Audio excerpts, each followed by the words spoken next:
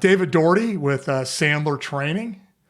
And at Sandler, we work with CEOs, CROs, executive founders on solving business problems or sales problems for their business, right? Sometimes we all are solving business problems, but a lot of them are revenue related. So common things, Brandon, are like, the pipeline. We don't have enough revenue or enough opportunities in our pipeline to make our goals. And so that becomes a topic of why don't we have enough? And that can lead to a prospecting problem. So we're not prospecting enough, or we don't know how to do it. Sometimes they'll say, we don't know how to close. We don't close enough deals. You've never heard that before, right?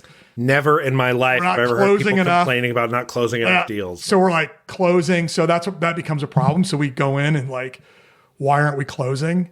And typically it's not, you're missing a skill of closing, which is kind of a fallacy in sales. There's really not a closing step. It's just when you come to a mutual agreement to do business, then we move forward. So the problem is always before that close. So, but that's they look at the lagging indicators is the problems we solve, right? Like can't close, don't have enough pipeline, don't have enough meetings. Salespeople aren't accountable for what they're doing. So these are kind of common problems we hear from sales leaders. And so we'll come in and they're struggling with these things. That makes them frustrated and crazy and keeps them up at night. And so we'll come in and I come in and work with them and their teams. And the way we do that is with bringing in it's kind of like accountants have a very common language, fair? Like you could take an accountant and plug them in anywhere in the world and they speak accounting. The problem in sales is that there's not a common consensus among sellers there's all kinds of vocabulary and all kinds of approaches and all kinds of people winging it.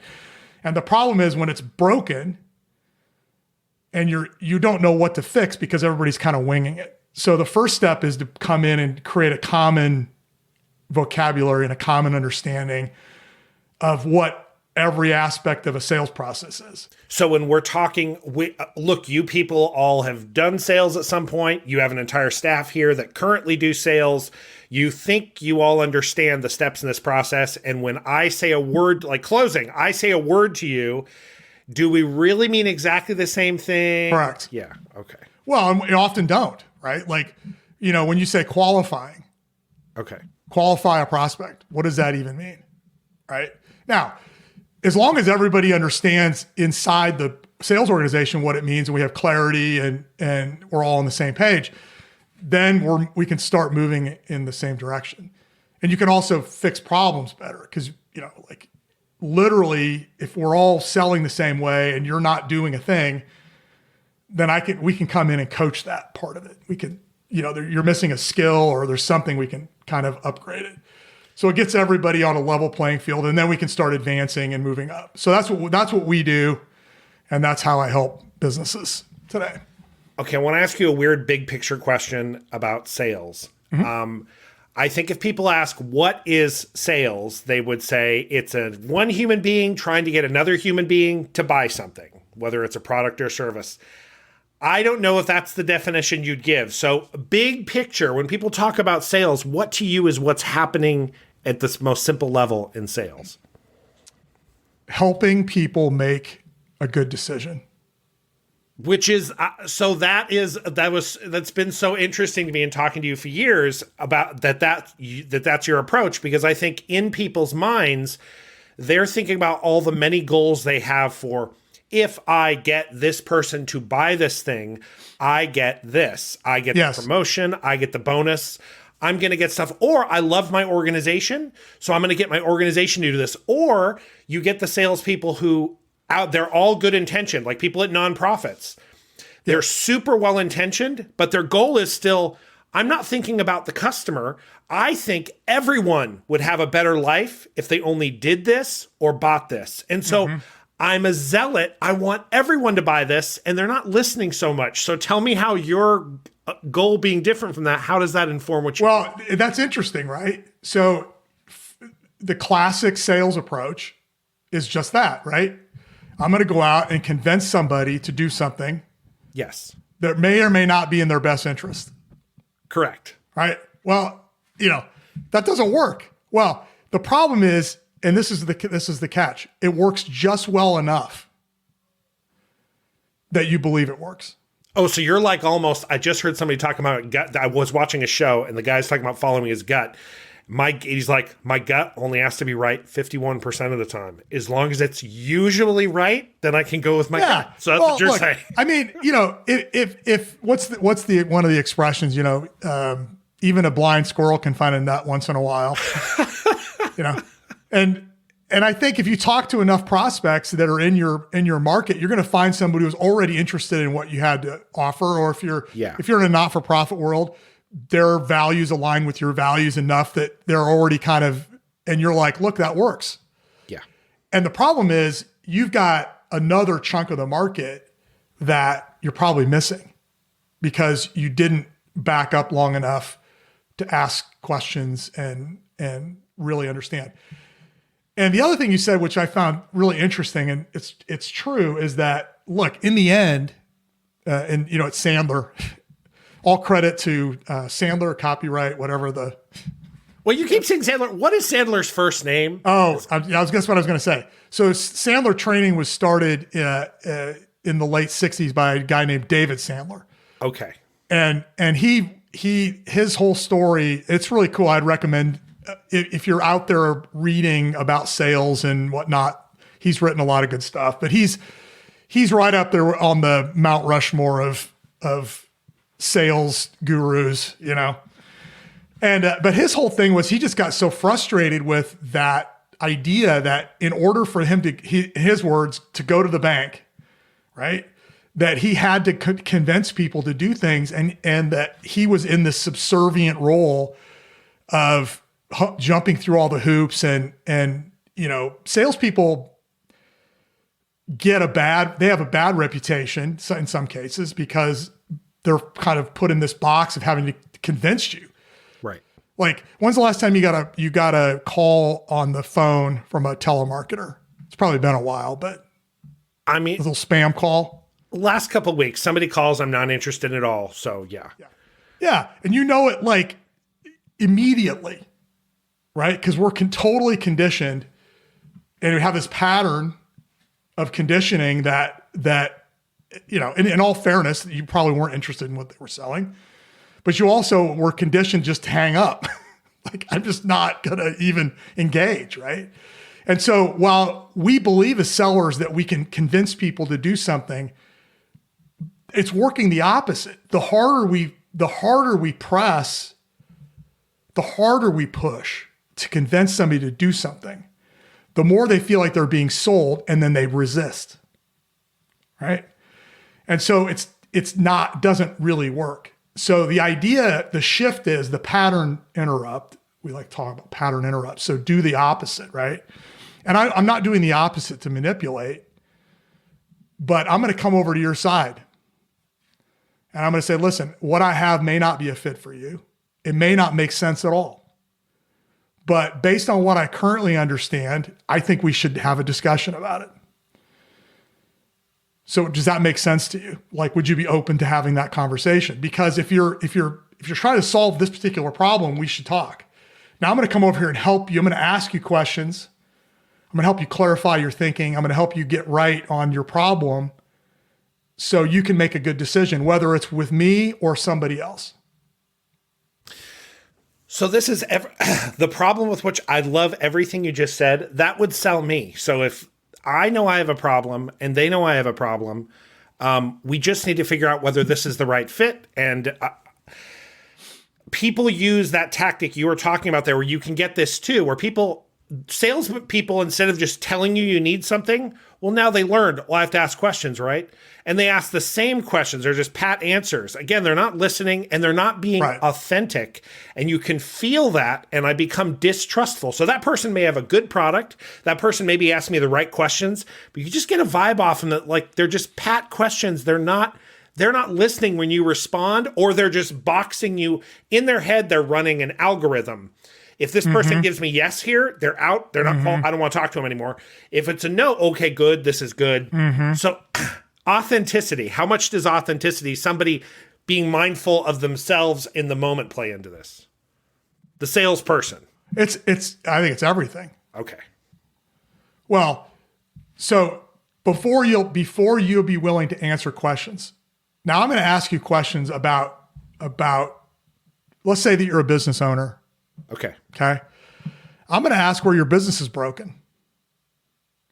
Now, if I don't have any kind of trust built up or any kind of connection made, like I'm in this trusted advisor role, then I'm not going to get anywhere. Fair? Correct. I'm not going to give you real answers. I'm not going to dig inside. I'm going to get surface level. Yeah. Well, even like it's okay. Like everything's fine. And I've had many conversations that started off that way because you have to stay in that space where I just met you. The tricky part about, not tricky, it's not a fair word.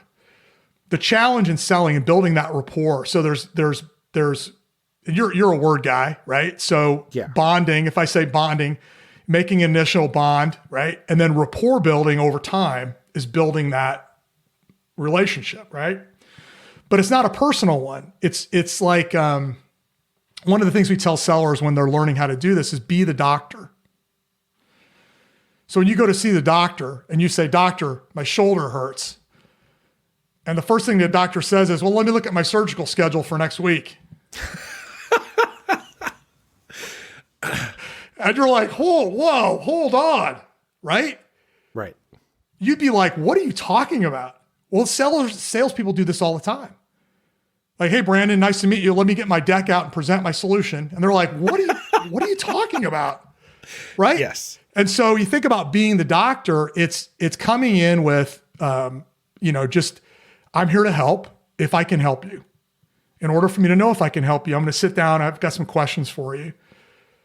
And if any point along this process, you feel like this is not a fit, you tell me, okay? And I'll do the same for you.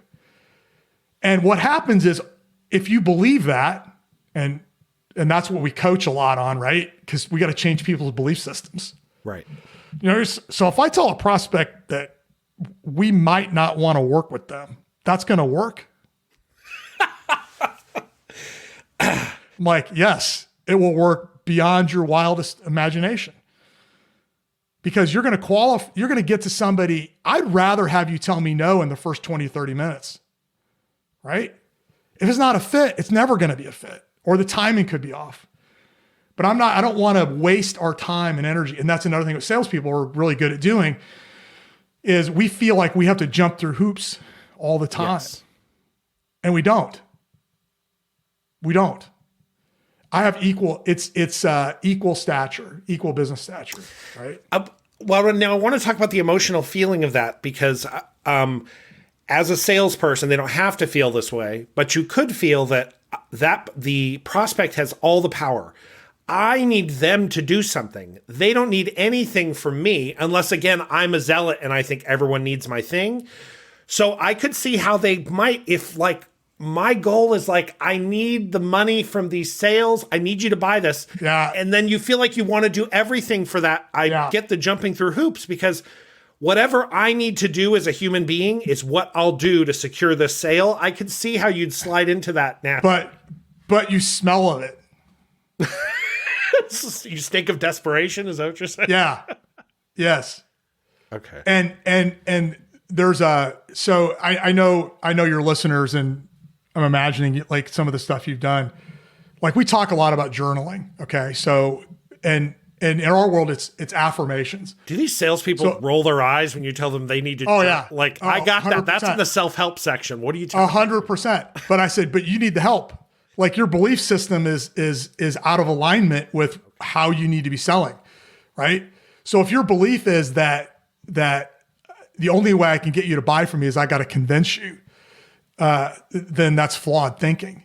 Or I have to close the sale for the commission check. Now you might have an empty pipeline, and we have lots of these. The cure for that is to have a fuller pipeline, right? Don't be hanging on one thing. Like that's a problem. But when we talk about affirmations is, one of them is for that would be, I'm independently wealthy and don't need the money. So if your mindset is I'm independently wealthy and don't need the money, how would I behave differently with this prospect today? Now you're encouraging them. So this is might not be true. And what you're saying is it kind of doesn't matter. No, but it's a mindset, right? Okay. Because, well, look, the opposite is what you're talking about, where, I have to close the sale. Well, again, what did we just talk about? The harder I press, the least likely it is I'm going to close. Like, I'm not doing the things I need to do to gain a mutual agreement on we should do something, right? So I get in this space where I'm like, and what will the prospect say to you? Well, let me think about it. I got to talk about this internally. Call me back in a couple weeks. Yeah. They'll do everything but just tell you no. And so you keep hope alive and you keep following up and you keep chasing, and it's been a no since the first time you talked. Is there a difference? So the classic example of the bad sales stuff was the traveling vacuum cleaner salesman who, again, the stereotype of this guy from the 40s and the 50s. This is the guy who's walking around in a suit. He's trying to sell a housewife who's home alone. I'm trying to sell you a vacuum cleaner. I just need to, and the foot in the door. I just need to get my foot in the door. Now we talk about like a metaphor, but that was the salesperson getting the foot in the door. I can kind of pressure you and cajole you into buying this in the moment to either go away, or I'm going to try to make you feel guilty about not buying it for me. There's all kinds of emotional plays I can do to pressure you into trying to buy.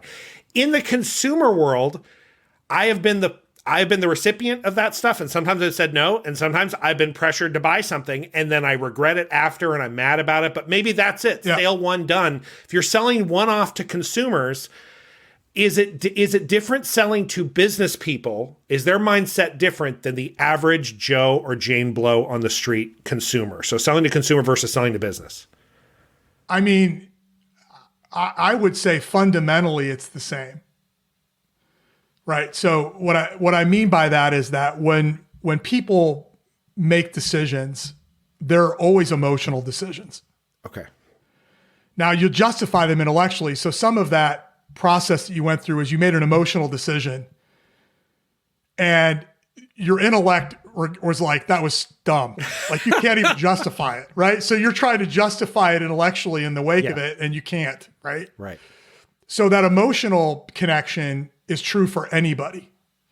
So one of the things that we work on, and this is true of other kind of selling methodology, but the psychology of it is that we make decisions to change or do something new based on our emotional states. So, right, like if I'm really frustrated, I'm really struggling, I'm worried, I'm concerned, I'm anxious, like, and I'm here to help, and I can be there. Trusted advisor, being the doctor, tell me more, help me understand. I can help you. It's all going to be okay. Lots of people struggle with this. Share with me. And I can get you to that place where you recognize that you have to change. And you said it. I've got to do something different. That can be you deciding to go sign up for the gym membership because you just went to the doctor and they said, dude, my doctor did me a couple of years ago. So I was like, I've known him for 30 years. He literally did, dude. He's like, dude, like you got two choices. And I'm like, I'll go to the gym. But I could have gone to the gym before that. Right. Right. So once he put me in pain, like emotional pain, then I was like, okay, I need to change. And then it was all my energy. And so now I made a decision to change. Now I'm the one driving the bus. So in sales, if we can help people get in alignment with where their pain is, if they don't have any, that's okay too. I don't have these problems. Good, then you're not a qualified candidate for me. I'm moving on. Who's next, right? But if I can help you see your problem clearly and recognize and more importantly, get you to say, I am struggling with this. I am frustrated by this. These are the things I'm worried about. And you say, would you like me to help you? They say, yes, come and help me solve my problems. And that's the true in business. I don't care what level of business or what, that's just human psychology. So. Okay. It was interesting in the bad example. You buy something emotionally in the moment and then you just like, oh, your intellect, your reason didn't jump in. In this other thing, it sounds like, oh no, you're still selling on the emotion. This person is having a problem and there's emotion surrounding it, and you're going to help take this away. In that case, the reason comes crashing in later and you realize you didn't want to do it. Is there a way in which you sell that allows both the intellect of the person and the emotions to sort of move at the same time? Yeah, because once we find pain that we can help solve, right? Like that's just that first step. So it starts off with like a business problem, like we talked about. Like in my world, I mean, I can pick an industry, right? You can give me another example if you like, but there's some business problem or some personal problem, top of the just surface level problem. Company's not making enough money. Okay. I don't know what that means. Tell me more. Right. How much are we off? Like now you're down in the middle. There's some reasons for that. I got like 10 salespeople, half of them aren't performing their quota. Tell me more. Like, how long has this been a problem? This has been going on for 3 years. How much do you think this has cost you in those last 3 years? Well, I've had half my team underperforming for the last 3 years. It's probably been $800,000 problem. Oof. Man, it's a lot of money. Is that a lot of money to you? I don't know. Like, seems like a lot of money to me, right? Right. Would you like to do something about that? Or if you've given up, trying to solve the problem? Like, now I'm helping you tell me that I agree with you it's a problem. And now I'm kicking in the emotional part. Okay, that's done. Now it's like, now what? Well, now we got to talk about what a solution looks like. Now we start kicking in the intellect and right? Now we're going into I don't want to get into too much of this, but transactional analysis from the 50s was like, parent, adult, child ego states. And all we're doing is, and I'm the seller, I'm in the nurturing parent ego state, and I'm getting you into your child state by asking you getting you to this emotional place. Okay. But I don't keep you there. Okay. Right? Because now you're going to go up to your parent, now your adult and your parent ego states are going to kick in and start communicating. It's like, we need to fix this. Child, this got to fix this today. I want that red Corvette right now. Right. And then the parent's like, I don't know, like, can we afford it? And then that adult ego state is the negotiator, the referee. And that's where the intellect kicks in. So it is just starting there though, because think about anything in your life. Once you admit it out loud, I need to do something differently. Or like when you state goals, when you state goals out loud and you share them and then you start tracking them, they tend to happen. And the same thing with solving problems. If I'm the only one who has this, if I'm keeping it all in, I'm not sharing it. Once you share it and say it out loud, then you're like, I'm on my way to fixing it. Now, I still don't know. We've identified you have a problem. I still don't know if I'm the right solution. Right? And that's the whole mindset you have to have all the way through. So we've identified a problem. Now we need to talk about like the investment to solve it. Who's all involved in making a decision? That's on consumers and businesses too, right? Like sometimes in my experience, there's always somebody else, right? Now, depending on the size of transaction, you're not getting advice on bubble gum. But if you're making some 4 or 5 figure decision, you're probably at least talk to some other person. You're going to get advice from somebody, typically. Right. We saw, and I saw this question asking thing go, not what you're talking about, but question asking go horribly wrong. There's this one video I saw of a guy who's going door to door. There's been a storm. And so this guy's a roofer. He works for a roofing company. He's going door to door. And this woman answers the door and he's like, oh, are you taking care of, there's been this hail damage. Have you got this taken care of? Like, oh, we're talking to the insurance company. He's like, do you feel like you're on top of it? She's like, yeah, we're on top of it. He's like, you're not on top of it. And so immediately starts kind of like pushing, like aggressively, like getting the person on her heels. You need to get us scheduled today. And then at the end where she's like, I think I need to wait, talk to my partner about this. He's like, yeah. Do you talk to your partner about everything? Like, yeah, when it's this much money, and I do.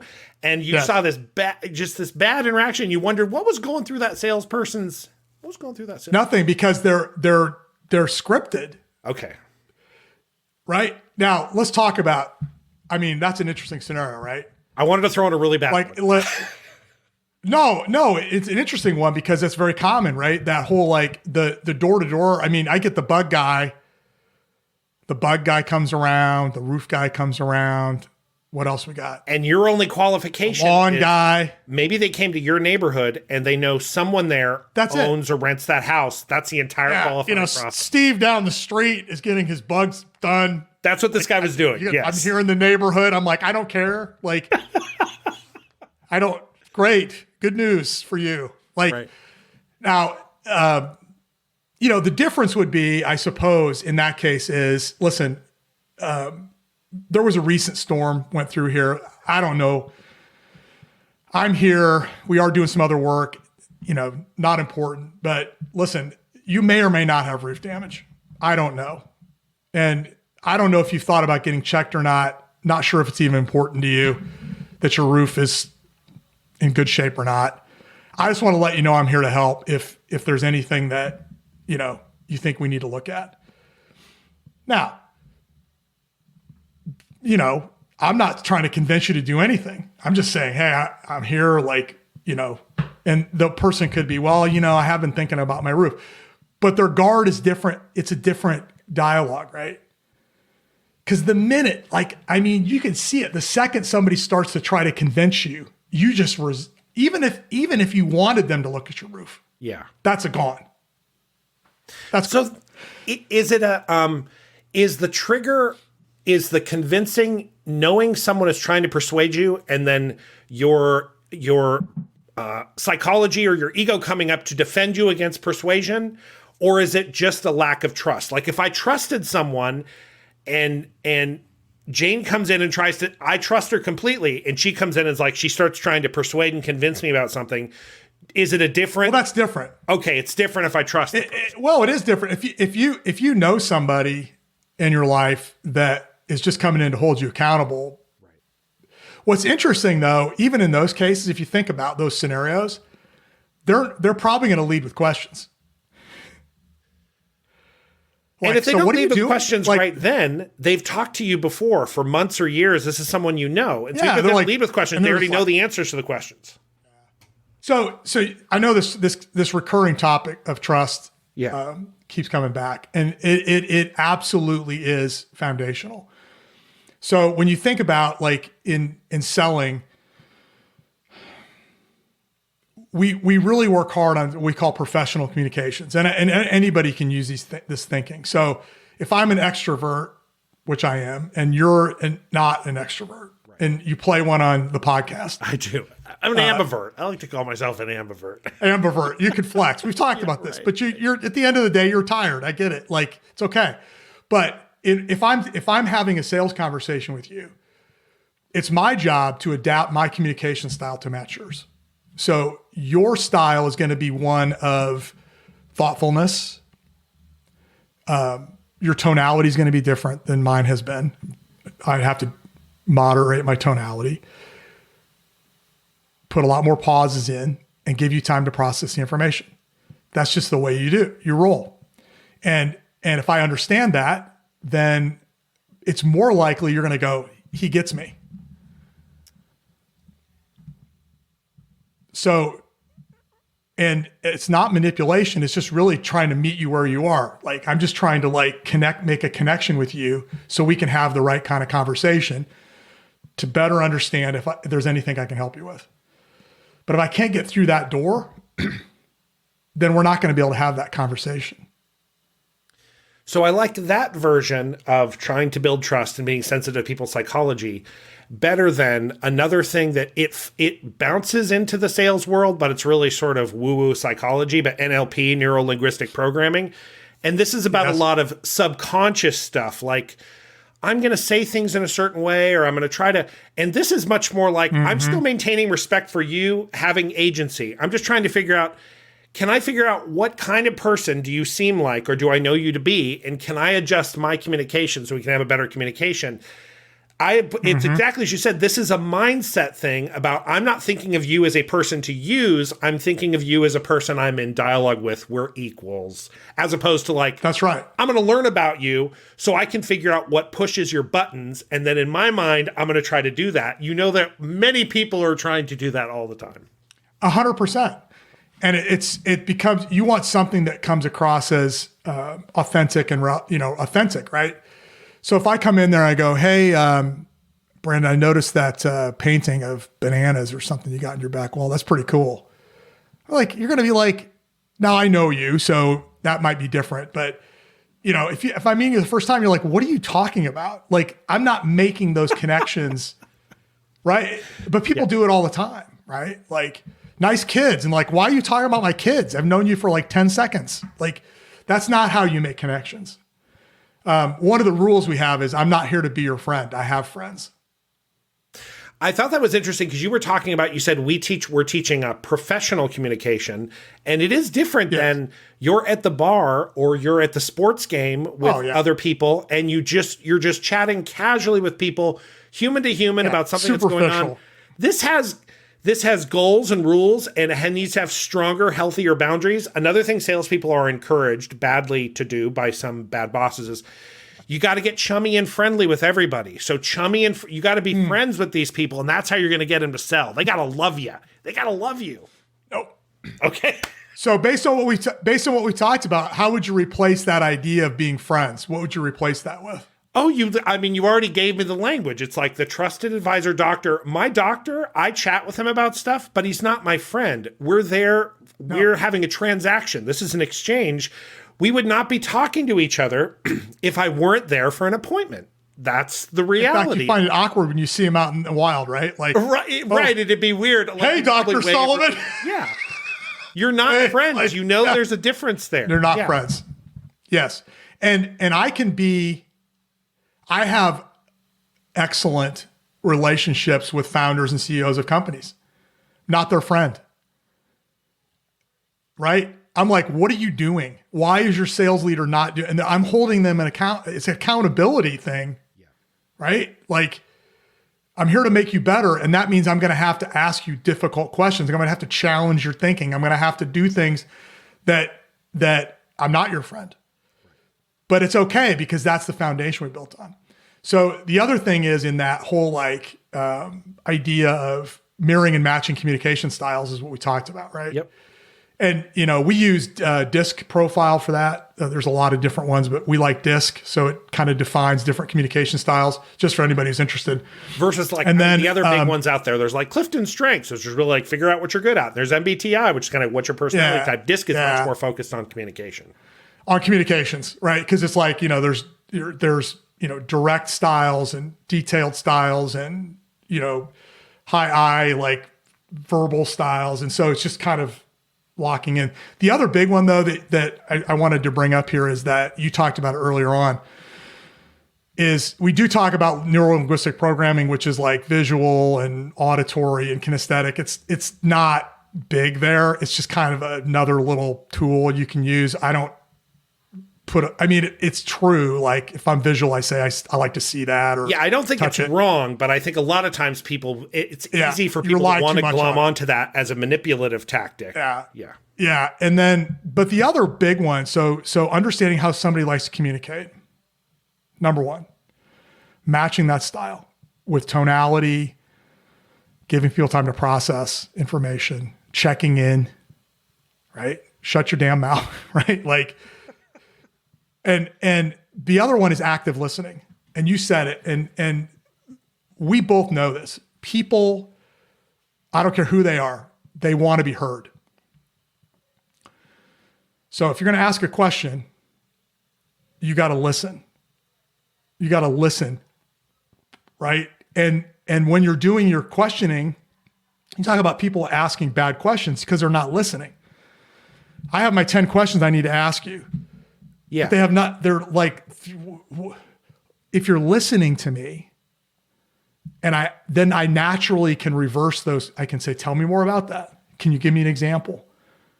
How long has that been a problem? Right? Is that something you've tried to fix, or do you given up? You can, if I'm in the game and I'm paying attention and listening, I don't even present, and we don't even recommend presenting anything until you fully qualified somebody. I'll share a little bit of how we can help along the way, of course, but it's all about you first. It's not about me at all. they don't care about the history of my company. And let me drag you through this whole, like, here's all our data, and they don't care. Any sellers out there, they don't care. But we think if it's convincing and persuasion, Yes. I need to show my credentials now. So I'm going to spend the next 15 minutes giving you a lot of data and reasons why we're the company to choose. Yeah. It's us. We're the best. We're the greatest. That's what I'm going to lead with, because I'm trying to... And prospects will sit there. There's a couple personality styles who will not tolerate it at all, and you'll be done in 5 minutes. But most of them will sit and smile and nod the whole time. Great. Thanks for your time. Nice presentation. Can you send me that deck? Right. I got to think about it. Follow up with me in a couple of weeks. Right? Yeah. Because what did you accomplish? Right? You made it all about you and nothing about them. So now you go away thinking you got an opportunity because they were nice to you for half an hour, and you don't. When people present this really good advice, so the things you're talking about, they're just skimming the surface. A lot of ways you could go deep.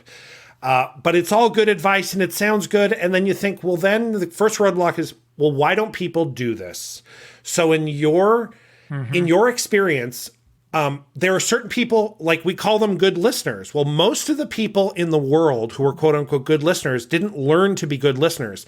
It's something they kind of processed as a kid, or they subconsciously figured out it works for them. And so now they're a good listener. People like that. They reward them for that. It's like when they talk about how parents are supposed to talk to their kids. Talk to your kids and tell them about the things they're good at, the things they're working hard at. And then the kid will be like, I'm a person who works hard at that. I'm a person who's good at that. So it's stuff that happened to them. They did not do it to themselves. This training you're talking about is you are going to explicitly, consciously do this to yourself. Some people just do it automatically. So if salespeople don't do this already, or they struggle with this, what do you think the biggest hurdle is to implementing good advice like this? That's a great question.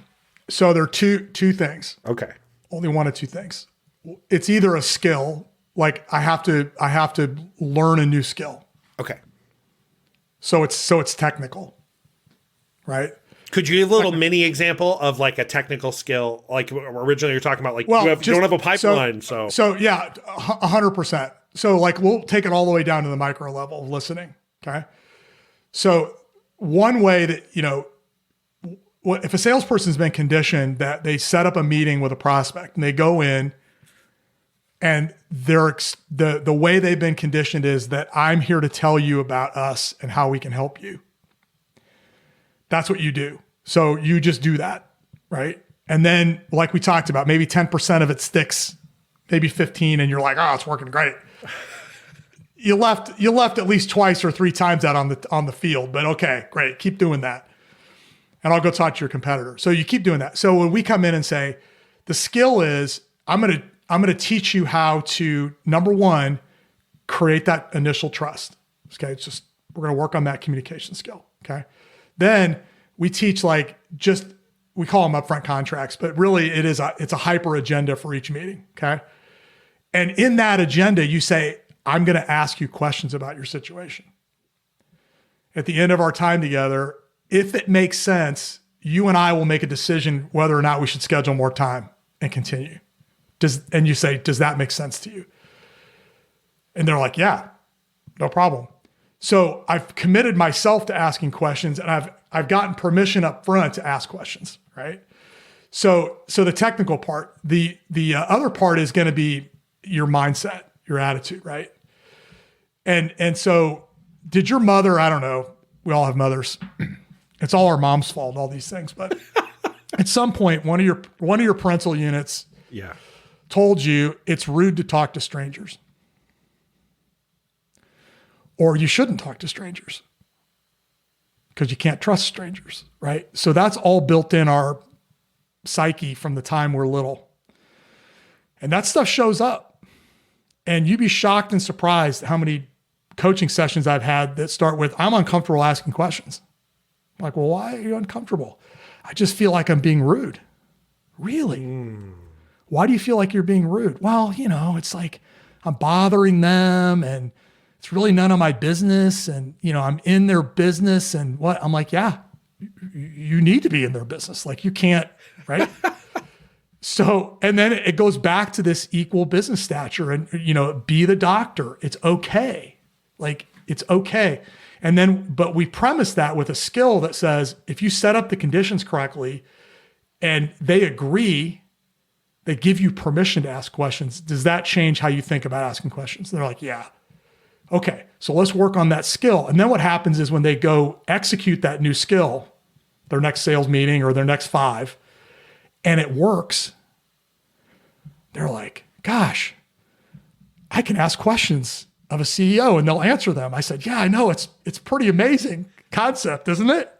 And you probably wouldn't guess, some of us you could, but internally, they sort of sound like a sad little hangdog, like no one wants to talk to me. I shouldn't talk to strangers. Right. I'm wasting 100%. The CEO's time.